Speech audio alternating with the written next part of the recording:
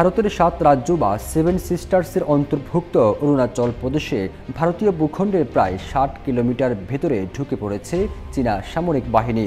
শুধু তাই নয়, অরুণাচল প্রদেশের কাপাপু এলাকায় ক্যাম্পও করেছে চীনা আর্মি। দেশটির স্থানীয় গণমাধ্যম অরুণাচল 24 ও নিউজ 5 এক প্রতিবেদনে এই চাঞ্চল্যকর তথ্য জানিয়েছে। ওই প্রতিবেদনে বলা হয়, অরুণাচল প্রদেশে কাঠে আগুন ধরানো, পাথরের গায়ে রং দিয়ে লেখা চীনের নাম এবং চীনা খাদ্য সামগ্রীর ছবি দেখে বোঝা যায় সেখানে প্রায় এক সপ্তাহ আগে চীনা সৈন্যদের অনুপ্রবেশ ঘটেছে। ছবিতে দেখা যায় পাথরের গায়ে ইংরেজিতে লেখা 2024 সাল। ভারতীয় ভূখণ্ডে নিজেদের মালিকানা দাবি করার জন্য অনুপ্রবেশের সময় চীনা সেনাবাহিনী এসব কৌশল ব্যবহার করেছে বলে জানা গেছে। এর আগে 2022 সালের আগস্টে সামাজিক যোগাযোগ মাধ্যমে ব্যাপক ছড়িয়ে পড়া ছবিতে দেখা যায় পিএলএ সৈন্যরা হাদিগ্রা হ্রদের কাছে নিজেদের অবকাঠামো নির্মাণ কার্যক্রম দেখভাল করছে।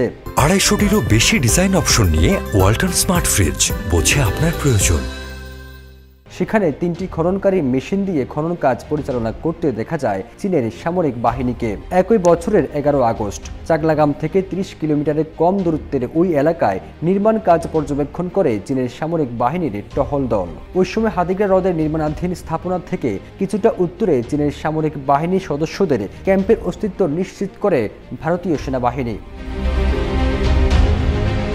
তারও আগে 2021 সালে দেশটির গণমাধ্যম এনডিটিভি স্যাটেলাইটে ধারণ করা চিত্র বিশ্লেষণ করে জানায়, অরুণাচল প্রদেশে ভারতীয় ভূখণ্ডের ভেতরে কমপক্ষে 60টি ভবনের দ্বিতীয় ক্লাস্টারের নির্মাণ কাজ পরিচালনা করছে চীনা সামরিক বাহিনী। 2020 সালে চীনা সৈন্যরা অরুণাচলের দিবাং উপত্যকা জেলায় ভারতীয় ভূখণ্ডে প্রবেশ করে। ওই সময় দুই দেশের সৈন্যদের মাঝে চরম উত্তেজনা তৈরি হয়। তার আগের বছর অর্থাৎ 2019 সালে অরুণাচলে ভারতীয় ভূখণ্ডের প্রায় 40 কিলোমিটার ভেতরে একটি কাঠের সেতু নির্মাণ করে চীনা সামরিক বাহিনী।